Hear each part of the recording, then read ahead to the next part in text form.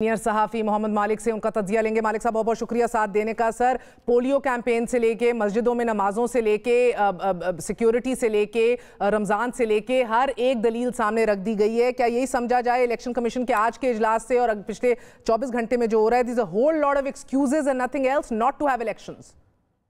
आपको कोई इसमें कोई शक की गुंजाइश रह गई है? महर इट्स वेरी ऑब्वियस, बड़ा क्लियर है कि गवर्नमेंट हर लेवल पे फैसला किया हुआ कि हमने इलेक्शन नहीं करवाने कम वोट में, और जो इसके लीगल कॉन्सिक्वेंसेस होंगे बाद में देखी जाएगी। देखें, कुछ दिन पहले उन्होंने एक थ्योरी कर दी थी मार्केट में कि कोई चीज़ अगर अपने वक्त से बाद में भी हो तो वो लेजिटिमेट ही होगी, यानी कि अगर इलेक्शंस कुछ अरसे के बाद हों तो लेजिटिमेट होंगे, इस वजह से वो डिस्क्वालीफाई नहीं होगा रिजल्ट्स के वो अपने टाइम में नहीं आए।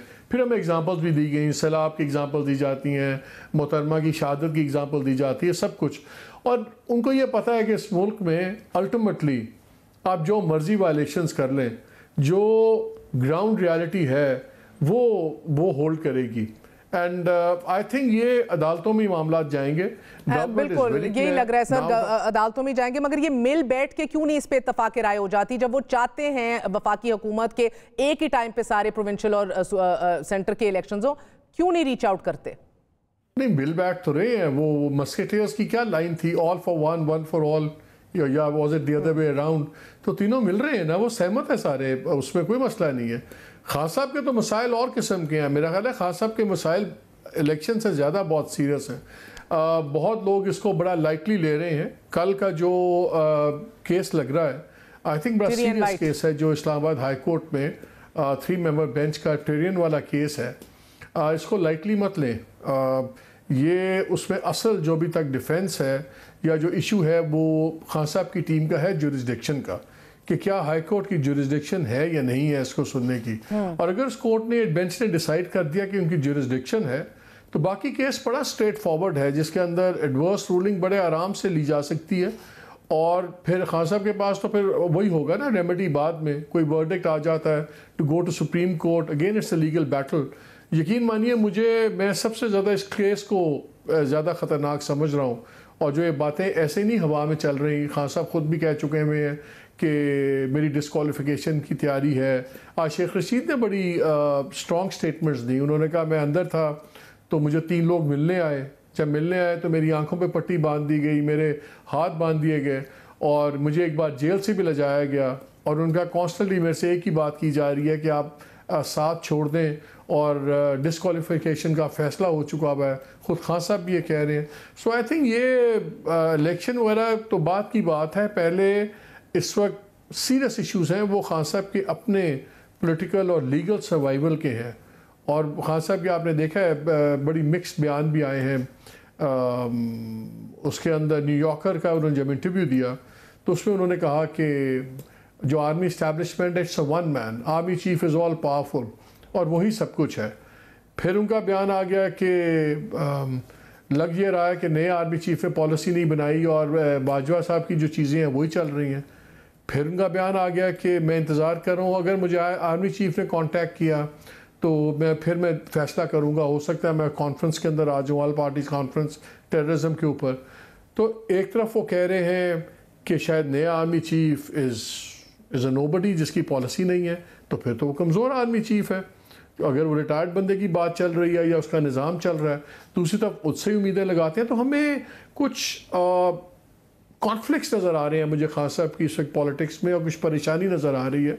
और साथ ही उन्होंने अपने कत्ल का भी कह दिया कि 2 आदमियों को पैसे भी दिए गए। There is a lot of things happening on Khan साहब एंड, और अनफॉर्चुनेटली सारी चीज़ें एक से ज़्यादा परेशान करने वाली हैं। सो आई थिंक हम एक बड़े क्राइसिस की तरफ जा रहे हैं। मगर ये पॉलिटिकल लीगल सर्वाइवल जो है ये ठहर चुकी है, आपको लग रहा है उनकी नाअहली या मुआशी हालात जो हैं ये क्या रुख करते हैं, इस पे भी बहुत कुछ डिपेंड करेगा आने वाले दिनों में? मैं we can't say anything for sure, लेकिन जो मेरा अपना असेसमेंट है और जो मैं लोगों से मिलता हूँ, ऑफ द रिकॉर्ड जो बातें लोग करते हैं, तो मुझे लगता है कि इनका मिसट्रस्ट इतना ज़्यादा है। और शायद खान साहब का इंस्टीट्यूशन के बारे में जो मिसट्रस्ट तो है, उनके साथ हाथ हुए हैं, लेकिन मेरा ख्याल है उससे कहीं ज़्यादा मिसट्रस्ट इंस्टीट्यूशन का खान साहब की तरफ है। और मुझे लगता है कि जो कोशिशें इधर से होनी चाहिए थी कि इसको हम गैप को कम करें, वो खान साहब हर दूसरे तीसरे दिन कोई ऐसी बात करते हैं कि he keeps stocking the fire of mistrust. तो मुझे लगता है कि ये शायद फैसले गलत या सही की बात छोड़ दें, बिकॉज गलतियाँ बहुत की हैं इंस्टीट्यूशन ने माजी में भी, और हम सब ने उसके नताइज भी देखे हैं। अनफॉर्चुनेटली इस मुल्क में गलतियाँ भी कोई नहीं करता, लेकिन मुझे नज़र ये आ रहा है एज वी स्पीक कि इस टाइम पे शायद इस्टेब्लिशमेंट ने अपने जो पैसा है they put the money on the existing horse, और अभी इनका सिविलियन फसाद चलेगा और यही सख्त फैसले करेंगे, और IMF के बाद देखते हैं क्या होता है। लेकिन आई थिंक अभी दे नीड अ फ्रंट फसाद, और इनसे ही अभी काम लेंगे और ये करेंगे। ऑप्शन है नहीं अभी, क्योंकि दूसरी साइड पे मिस्ट्रस्ट इतना ज़्यादा है। लेकिन IMF is also playing very hard. Memorandum for economic and financial policies ये ट्यूसडे को आ जाना चाहिए था, वो भी एज वी स्पीक अभी तक शायद नहीं आया।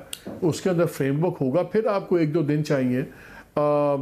फॉरेन मिनिस्टर ने भी आज कहा है कि जी सैलाब है, तबाही है, कुछ हमारे पे रहम करें। मेरी इत्तला है कि शायद प्राइम मिनिस्टर साहब भी मिलेंगे, प्लान सुन रहे हैं कि शायद उनकी भी मुलाकात हो IMF डेलीगेशन के साथ। तो that's a very very hard negotiations going on.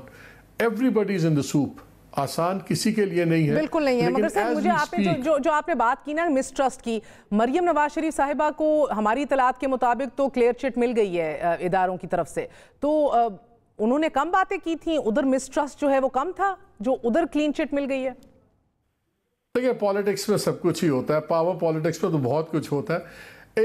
एक इंटरेस्टिंग चेंज आया है जो खुद PMLN की अपनी पॉलिसी में, और काफ़ी अर्सा हो गया इस चेंज को। आपको याद है पहले जब लेवल प्लेइंग फील्ड की बात होती थी तो कहा यह जाता था कि जी जैसे इमरान खान साहब को लीगली क्लीन है और वो चल रहे हैं, तो आप रिवाइव करें नवाज शरीफ को भी, तब नई लेवल प्लेइंग फील्ड होगी। वो लेवल प्लेइंग फील्ड की अब डेफिनेशन चेंज हो गई है।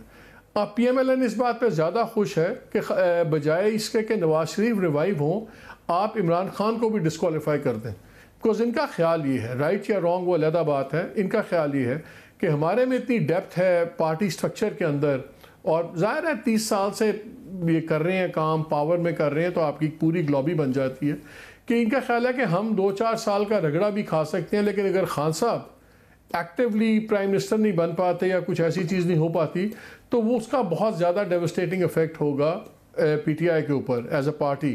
तो अब ये इनका वो बहुत बड़ा डिफरेंस आ गया है। उसके रिवाइवल के बजाय नवाज शरीफ साहब के ये आप चाहते हैं कि खान साहब की भी डिस्ट्रक्शन हो जाए, वो भी डिस्क्वालीफाई हो जाए, और वो लेवल प्लेइंग फील्ड ज़्यादा इनके हक में आती है।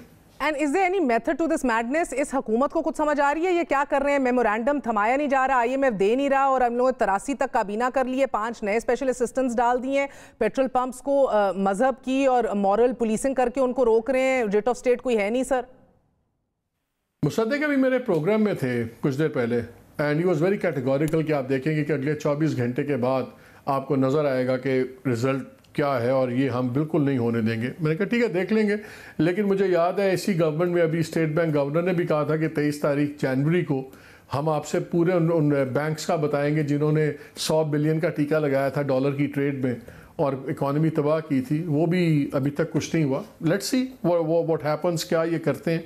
सो आई टोटली एग्री। मैं भी आपसे पहले यही अपने प्रोग्राम में डिस्कस कर रहा था कि कुछ चीज़ों के ऑप्टिक्स होते हैं।